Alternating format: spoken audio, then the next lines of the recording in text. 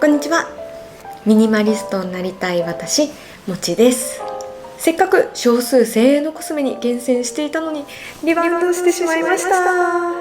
ということで今回はリバウンドして増えてしまった大量のコスメを心を鬼にして徹底的に捨て活しました。少ないコスメからまた多いコスメにリバウンドしてしまって、私は改めて少ないコスメでいることの心地よさに気づくことができました。今回感じたたくさんのコスメを持つことのメリット、デメリットもお話ししながら、私流の一群コスメの厳選方法もご紹介したいと思います。それではスタートです。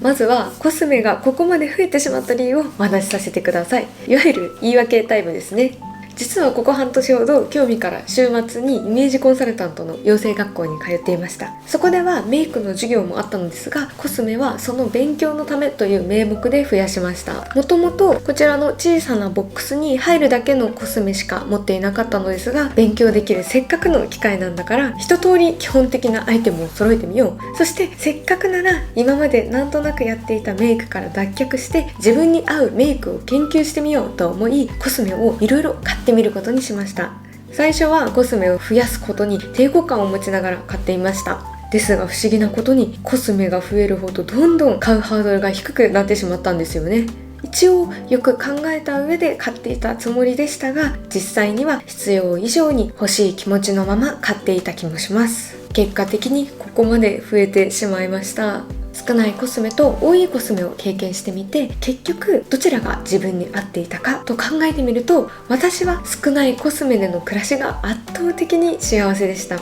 ただどちらがいいかなんて自分の人生で何を重要視したいかによるところではありますが、その前提で私が少ないコスメがいいと思った理由を3つお話しします。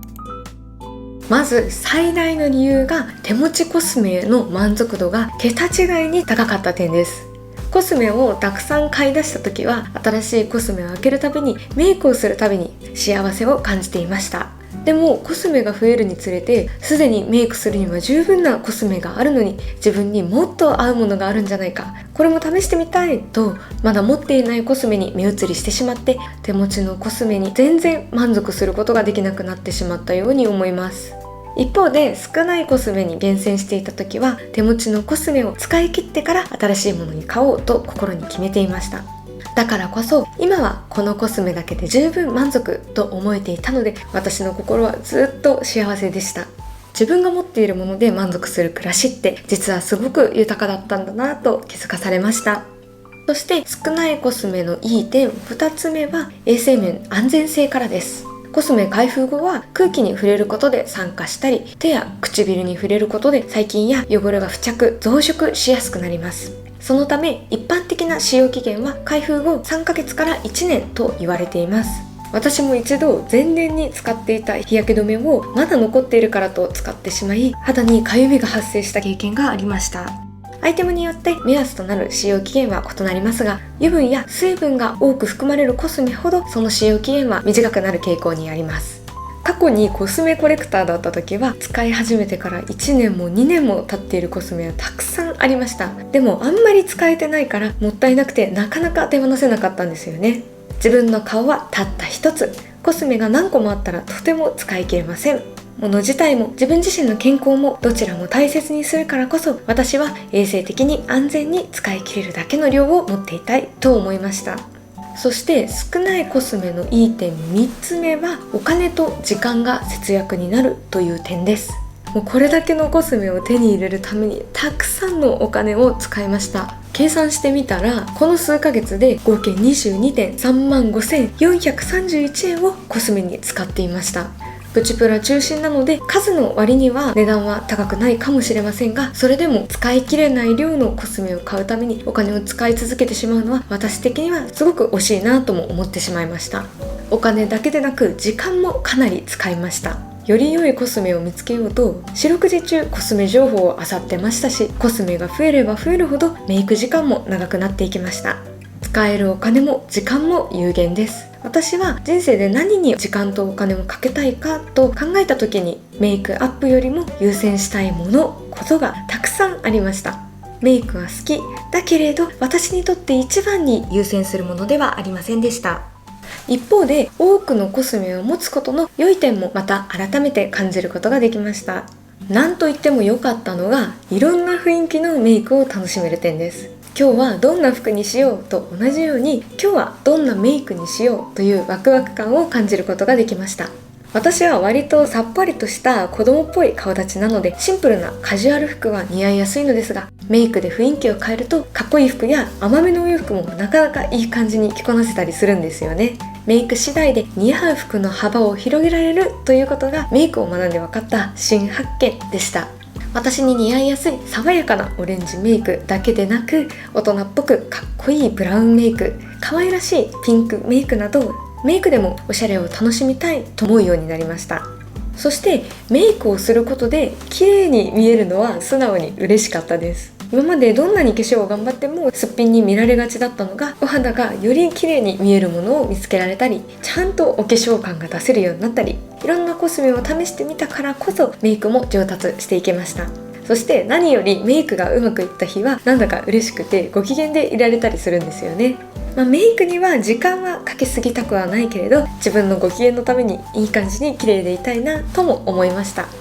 ということで、私が持ちたいコスメの基準は、少ないコスメでかつ時短が叶うメイクなんだけど、いろんなスタイルのメイクも楽しみながらいい感じで綺麗にいられる、そんな欲張りなコスメに今回厳選したいと思います。そんな私が今回行ってみた一群コスメの厳選方法、捨て活の仕方をご紹介します。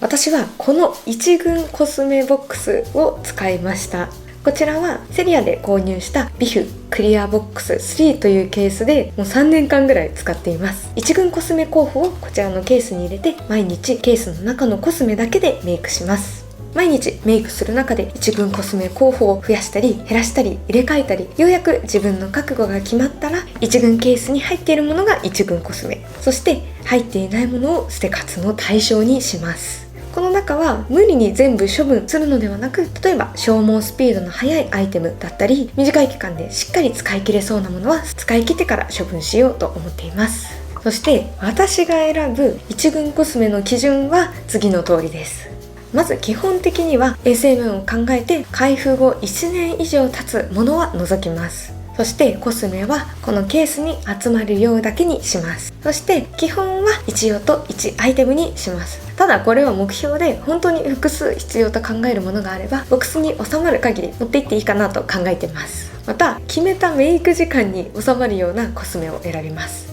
メイクってほぼ毎日やることなんだから、時短になる方がよりいいなと思うんですよね。なので私は毎日15分タイマーをつけながらメイクをして、かける時間に対して自分が満足を感じられる工程だけにメイク方法も厳選しました。こんな感じで私は結局1ヶ月ぐらいこちらを試行錯誤して、どれを一群コスメにするかようやく覚悟が決まりました。ということで、私の今回厳選した一群コスメの紹介もしながら、一群落ちしたアイテムの捨て活をしていきたいと思います。私が厳選した一群コスメはこちらです。32アイテムあったものを9アイテムに厳選しました。まずは化粧下地から紹介します。ベースメイクって肌との相性だけでなくって、ファンデとの組み合わせも気にしなきゃいけなかったりで、クオリティを追いかけたらもうキリがなくって本当に難しかったです。私の一群の化粧下地はウォンジョンヨのトーンアップベース01番ピーチピンクです。こちらの良い点はトーンアップ力、カバー力がもうピカイチなところです。ベースメイクって厚塗りするほど崩れやすくなるので、下地を薄く塗るだけでほぼ完成できるっていうのは本当ありがたいです。いろいろ上に重ねるのが面倒な私みたいなズボラにもぴったりでした。で、1点注意点は乾燥しやすさはあるかなと思います。だからもうたっぷり化粧水を塗って保湿してからつけるようにしています。私超乾燥肌なので、もう最初使った時この下地は本当無理だって思ったんですよね。でも化粧水の塗り方を変えたら使えるようになりました。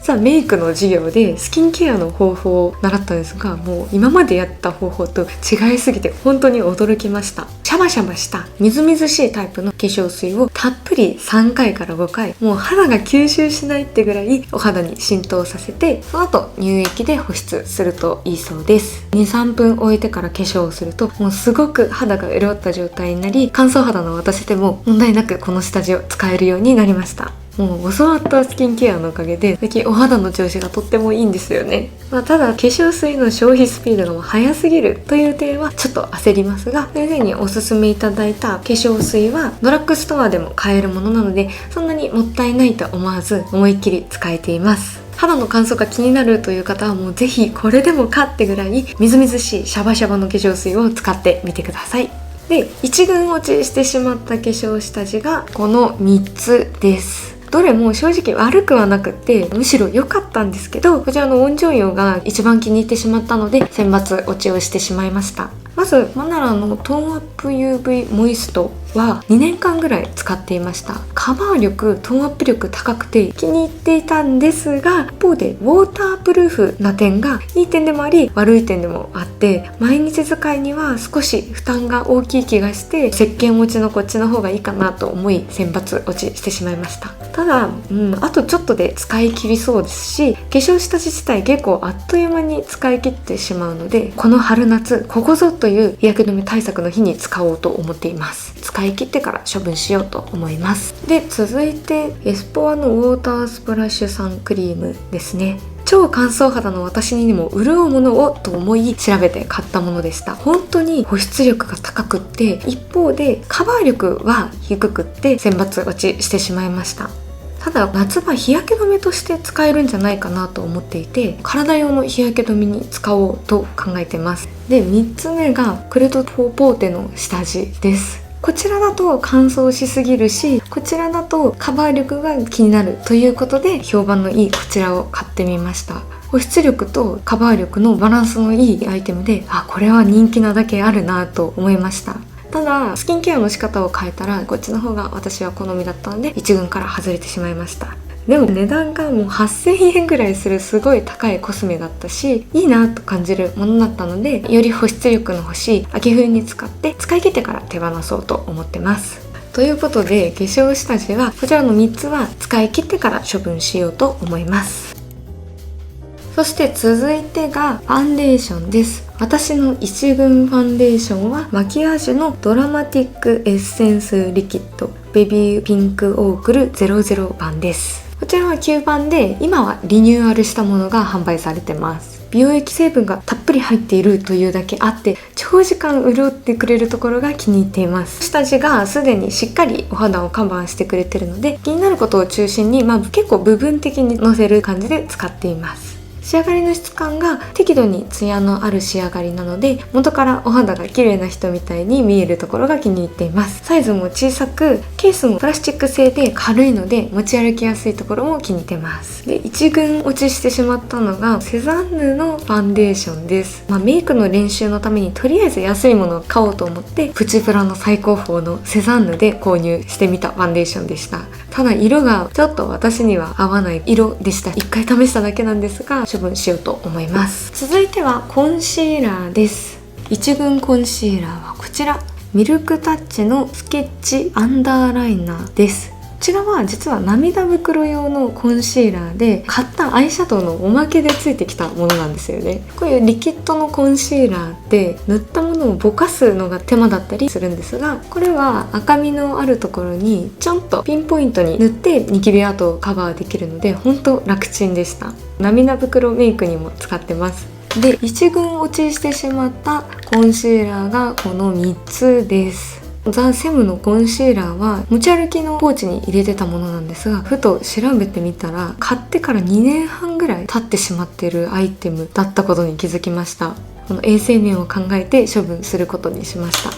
で、こっちはメイベリンのコンシーラーです。ザ・セムのコンシーラーがちょっと暗い色だったので明るいものが欲しいなと思って買ってみましたけど、ニキビ跡隠しぐらいならこっちの方が手軽で簡単だったので手放すことにします。でもクマとか広範囲に塗りたいところには使いやすいと思います。で、もう一個がキャンメイクのコンシーラーで初めて固形タイプのコンシーラーを買ってみました。これ塗るのも伸ばすのも結構手間がかかってめんどくさいなと思って私には合わなかったです。ただしっかりクマを飛ばしたいという方にはすごくおすすめなアイテムだと思います。ということでコンシーラーはこちらの3つを処分します。パパウダーに関しては私は乾燥肌なのもあり、しっとりとした仕上がりが好みだったのと、単純に作業が面倒だったので省くことにしました。その代わりファンデーションを塗った後は乾いたスポンジでベースメイクを抑えて化粧崩れ防止をしています。パウダーなしっていうのもメイクセオリーからは外れてるかもしれませんが、私はいらないと思ったんでそれでいいことにします。ということで、こちらの一群落ちしてしまったセザンヌのパウダーも試しに買ってはみたんですが、処分しようと思います。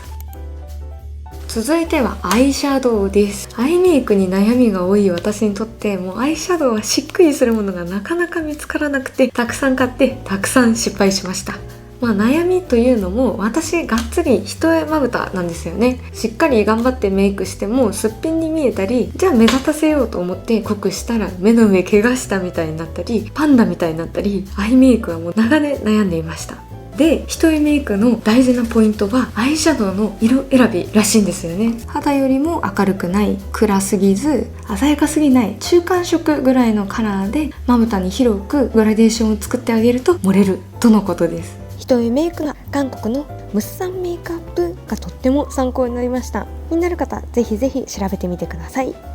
最終的に一群コスメとして選んだアイシャドウはミルクタッチのトーンオンシャドウパレット01番のトゥデイシリアルボールです。この2色を除いて全部マットカラーの多色パレットで、一重まぶたにも使いやすい色がたくさん含まれています。このコスメと出会ってからもう人生で初めていいじゃんと思えるアイメイクができました。良かったなと思うポイント1つ目は、もういろんなアイメイクが楽しめるところです。多色パレットって似たような色ばっかり入りがちだと思うんですが、このパレットはどれも被らないし使いやすいカラーばっかりが揃っているので、本当幅広いメイクが楽しめています。このパレットをプロデュースしたのが韓国のメイクアップアーティストのヘリム先生という方なんですが、普段いろいろな方をメイクアップする時によく使うカラーを一つのパレットに詰め込んだとお話しされていました。このピンクを使って可愛らしい桜色のようなメイクをしたり、このちょっとオレンジコーラルっぽい色で爽やかなピーチメイクができたり、このベージュとブラウンをセットで大人のメイクができたり、その日の気分や服に合わせてメイクを今は楽しんでいます。またアイシャドウ以外に使えるマルチなところも気に入っています。私はこの濃い2色をアイブロウとして、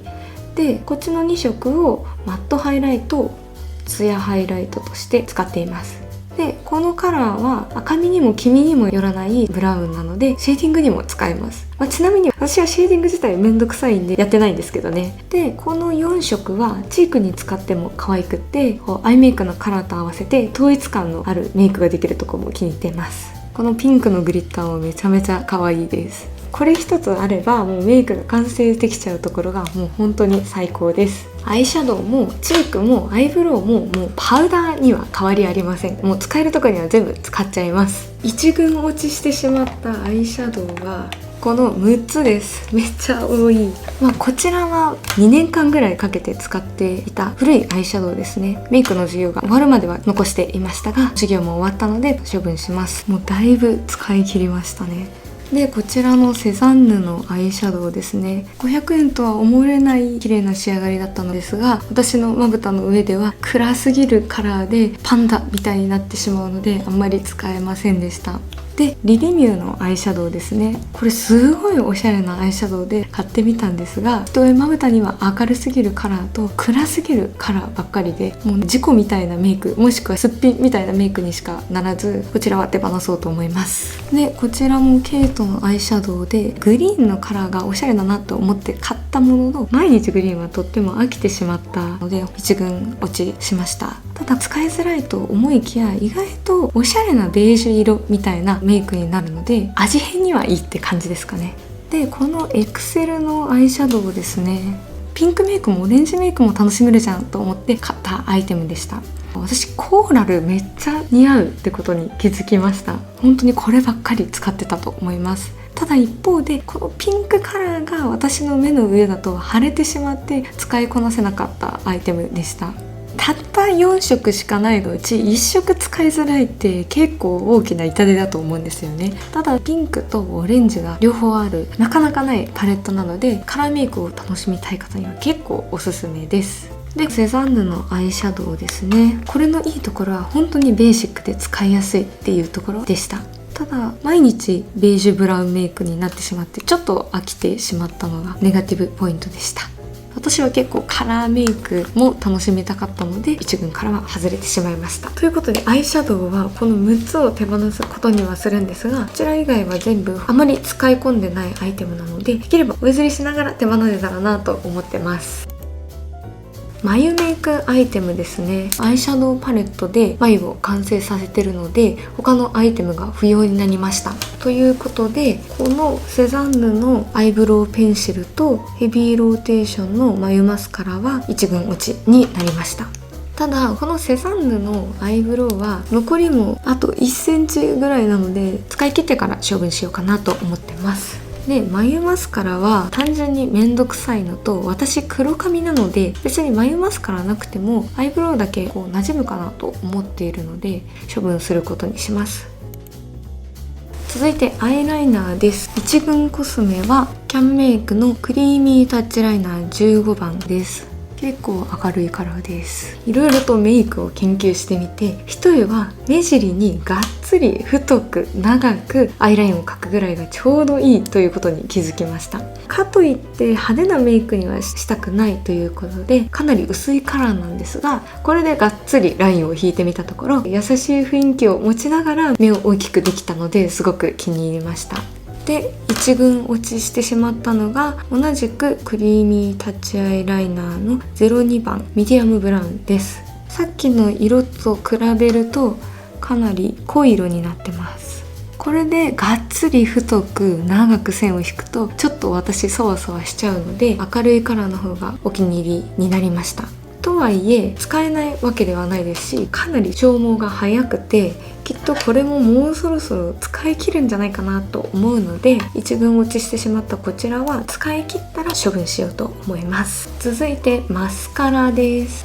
1軍はエトゥセのアイエディションマスカラベースです。透明っぽい黒色に細かな繊維が入っているので仕上がりが派手になりすぎずでも長いまつげにしてくれるところが気に入りました。カラーキープ力もバッチリで一重の重たいまぶたにも全然負けません。一方で1軍落ちしてしまったのがキャンメイクのクイックラッシュカーラーの02番です。これ今まで透明タイプは愛用してたんですがもうちょっとしっかりまつげを作りたいなと思ったのでブラウンを買ってみました。ですが液体がドバッとつくのでブラウンだとまつげにつきすぎてしまうっていうところがもやっとポイントでした。あとお風呂でメイク落としするんですけどこれを使うようになってから床が茶色く汚れてしまったんですよね。掃除が手間になるのは本当に困ってしまうのでこちらは処分しようと思います。続いてチークです。1軍となったチークはキャンメイクのグローフルールチークスブレンドタイプ B03 番ラベンダードリームです。アイシャドウパレットのカラーもチークとして使っているので正直もうチークはいらないんですよね。残すか最後まで迷ってもう1軍コスメボックスから出したり入れたり何度も繰り返していたのですがコスメボックスもまだ優度があったしこのカラーやっぱりあったら嬉しいなと思い残すことにしました。コスメは少なければ少ないほどいいという考えになんだか縛られかけていたのですが大切なのは数じゃなくて自分の満足度だったんだなと気づかされました。あとこれをチークとして使うにはシャドウが小さいのでブラシで取るのも少し使いづらさはあったのですがやっぱりチークを単独で持っておくと大きなブラシでガツンと頬いっぱいに塗れるので楽かなとも思って残すことにしました。で1軍落ちしてしまったチークがこの3つです。まず最初にセザンヌのチークブラシなんですがこのチークのピンク色カラーとすごくそっくりだしこっちの1軍コスメの方がハイライトカラーとか青みのある色とかいろんな色が混じっててこっちは持つ必要がないなと思って手放します。でこのセザンヌのハイライトとチークの間みたいなパール感のあるチークも買ってみました。可愛いんですけどちょっと私はキラキラ感が気になってしまったのでこれは手放したいと思います。でこのキャンメイクパウダーチークス P04 番は私頬にもともと結構血色感があるので、チークを塗ると逆にちょっと田舎者ほっぺたみたいな感じになっちゃうので、今までチークレスにしていたことが多かったです。なので淡いカラーを使ってみたらどうかなと思って買ってみましたが、あまりにも淡すぎて塗っても何にも起こんないので、これは処分することにします。いや、使ってみないとわからないですね。続いてはリップです。私の一軍リップはこちらです。まずはオペラのリップティント N13 番トープというカラーです。これはもう2本目のリピートでおしゃれなブラウンカラーです。透け感があるのですごく使いやすいブラウンで気に入ってます。ただ今年の3月末で廃盤になってしまったそうです。もうあとこれだけしか残ってないので、しっかり最後まで使い切ろうと思います。もう一つ持ち歩きポーチに入れている一番よく使うリップがケイトリップモンスター03番のかげろうというカラーです。塗り直しが面倒なので、色持ちのいいリップモンスターはもう手放せません。唇の上に乗るとオレンジすぎずピンクすぎず絶妙な大人なコーラルベージュで、ピンクメイクでもオレンジメイクでも馴染むので、すごく万能に使えてます。もうリップモンスター発売当初はこのかげろうってカラーが一番人気で入手困難だったそうですが、もうそれも納得というリップでした。これは本当に買ってよかったコスメです。で、一軍落ちしてしまったリップがこの2本です。両方ともリップモンスターで、1本は5時 AM というカラーです。これはもうほじくるほど使ってもう出てこないので、こちらは処分します。で、もう1色は17番の神秘のローズ園というカラーです。大人なローズピンクを買ってみました。ただこれ塗った瞬間はいいんですが、色落ちがしてきた時に結構ピンクっぽく発色するんですよね。落ちた時のカラーが合わなさすぎてそわそわしてしまったので、あんまり似合わなかったリップでした。私はやっぱりオレンジ系、コーラル系のカラーの方が似合うなと感じましたね。ということでこの2色は手放したいと思います。最後にメイクツールの捨て活もしようと思います。一軍のメイクツールはブラシが3本とビューラー合計4つのメイクツールを使ってます。1個はアイシャドウブラシで、これはダイソーで買いましたね。アイシャドウとしても使うし、ハイライトを塗ったり、もうマルチに何にでも使ってます。で、こちらはアイブロウ用のブラシですね。初めて太めのブラシを買ってみたんですが、粉含みが良いのでめっちゃ時短にメイクできます。でも毛先は結構細いので、眉尻まで繊細に描けるのがすごくお気に入りです。これはセリアで購入しました。で、チークブラシはセリアで購入しました。チークとして使ってるパレットが大きさがかなりちっちゃいので、このぐらいのチークブラシがとってもちょうど良かったです。持ち歩きにもコンパクトなので便利です。で、一軍落ちしてしまったコスメツールはこちらです。メイクの勉強と思っていろいろ買い足してたので、使ってみているから初めて気づくことができました。で、手放すのはこちらの猫ちゃんのヘアピンですね。メイクの授業の時使ってたんですが、私はカーラーでいつも前髪を留めてるので使う出番がないので処分します。で、この大きなチークブラシ、フェイスパウダーブラシなのかな、私にはこのぐらいのサイズのブラシの方が使いやすかったので処分します。で、小さめのアイブロウブラシなんですけど、こういう大きなアイブロウブラシの方が本当使いやすかったですね。出番がないので処分することにします。これは締め色用のアイシャドウブラシです。細めのブラシになってます。締め色はこのアイブロウブラシで兼用できるのでいらないなと感じたので処分します。で、これは B アイドルのダブルエンドタイプのブラシで、2箇所もブラシがついてるのはいいなと思って買ってみました。ただ私ブラシは立てて保存してるんですが、筆先が潰れてしまうので横に置いて保管しなきゃいけないんですよね。こちらは処分します。リップ用のパレット、リップをここに乗っけて筆でリップメイクしていくものです。学校ではそんな風にリップメイクをしてたので練習のために買ってみました。筆で塗ると確かに細部まで結構綺麗に塗れるんですが、とにかくめんどくさすぎる。もう直接口にリップを塗った方が圧倒的早いので処分します。で、ブラシ立ても今回ダイソーで買ってみました。ブラシって洗った時にこうやって立てるとここに水が溜まってしまって乾きづらくなるので、こうやって筆先を下向きにして乾かすのがいいということで買ってみました。こんなに何本も入るブラシスタンドはいらないし、洗うのがめんどくさくてドライクリーナーを使ってるんですよね。なので乾かしておく必要がないということもあり、買ってみたけど全く使わないものになってしまいました。なのでこちらのスタンドは処分します。追加したメイクケースもお譲りとかが終わったら最終的に処分しようと思ってます。ということで合計9個のメイクツールを処分することにします。ということで捨て活の結果、32個のコスメから9個の一軍コスメまで厳選しました。そして一軍落ちはしてしまいましたが、この5つはしっかり使い切れそうなので自分で責任を持って使い切ろうと思います。そしてこれだけのアイテムを手放すことになりました。自分に合わなかったり使いこなせないコスメだったので潔く手放そうと思います。ですがチークやアイシャドウなどほぼ使っていないポイントメイクアイテムはおそらく友人や知り合いにお譲りできるのではないかなと思うので、ちょっと声をかけてみようと思います。もしもらい手が見つからなくても買いすぎてしまったのは自分の責任ですので、その時は処分したいと思います。もうこんだけ使えるものもある中、もったいないというのは重々承知ではありますが、でも試着できる洋服と違い、正直コスメは実際に使ってみるまで自分に合うか自分好みかなんて分かりませんでした。いろいろ買って試してみて失敗したからこそ、こうやってようやく少数精鋭で満足のいくお気に入りコスメにたどり着けたんだと思います。たくさんのコスメがあった時はメイク時間は楽しくもありましたが、暮らしがメイクやコスメに支配されていた感覚もありました。一軍コスメにまた厳選された今、メイク時間も楽しみながら自分がもっとやりたいことやちょっと一休みに時間もお金も使えるゆとりが生まれ、より充実した暮らしにブラッシュアップされた気がします。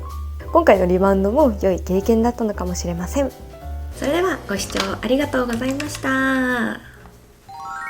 前回の動画のおまけでお話ししました祖母の介護について、たくさんの方から温かい応援メッセージをいただきました。本当にありがとうございます。介護のご経験をシェアしてくださった方もいらして大変勉強になりました。いただいたメッセージが祖母をサポートする心の支えになっています。前回こうやって介護のお話をさせていただいたのも、祖母の介護が始まり今後どうすればいいか悩んでいた時に見たあるニュースがきっかけだったんですよね。認知症の親の介護に専念するため退職、そして親の年金を頼りに10年以上暮らされている女性の方の特集でした。どんどん悪化する認知症に精神的にも肉体的にも疲労困憊し、さらには年金頼りの生活で金銭的にも困窮されていたんですよね。おそらくその方は介護保険制度自体を知らず、自分自身が介護すること以外の選択肢がない状態で、これがきっと親孝行なんだと信じずっと頑張られてきたんだと思います。そのニュースが私本当にショックで、こういう状況になる方を少しでも減らせる力になればと思い、動画で介護についてお話しさせていただきました。今回も繰り返しにはなってしまいますが、介護はサービスを最大限利用し、どうか自分自身の人生を一番に優先してあげてほしいです。直接介護をしてあげることが親孝行とは限りません。介護のために退職もする必要はありません。介護はプロにできるだけ任せて、穏やかな心の状態で顔を合わされる方がきっとお互いハッピーです。どうか介護のために自分を犠牲にしないでほしいと心から願っています。ところでうちの祖母は先日卒寿を迎えたので、ケーキでお祝いしました。正直実家を出てからは家族の誕生日を祝うために帰省なんてしてなかったのですが、介護をきっかけに家族と過ごす時間って有限なんだっていう事実に改めて気づかされ、本当に久しぶりに誕生日のお祝いをしました。ただケーキを買ってきて一緒に食べておめでとうっていうだけだったんですが、なんか本当に幸せな気持ちでいっぱいになりました。次は母の誕生日にもちゃんと帰ってお祝いしようと思いました。それでは。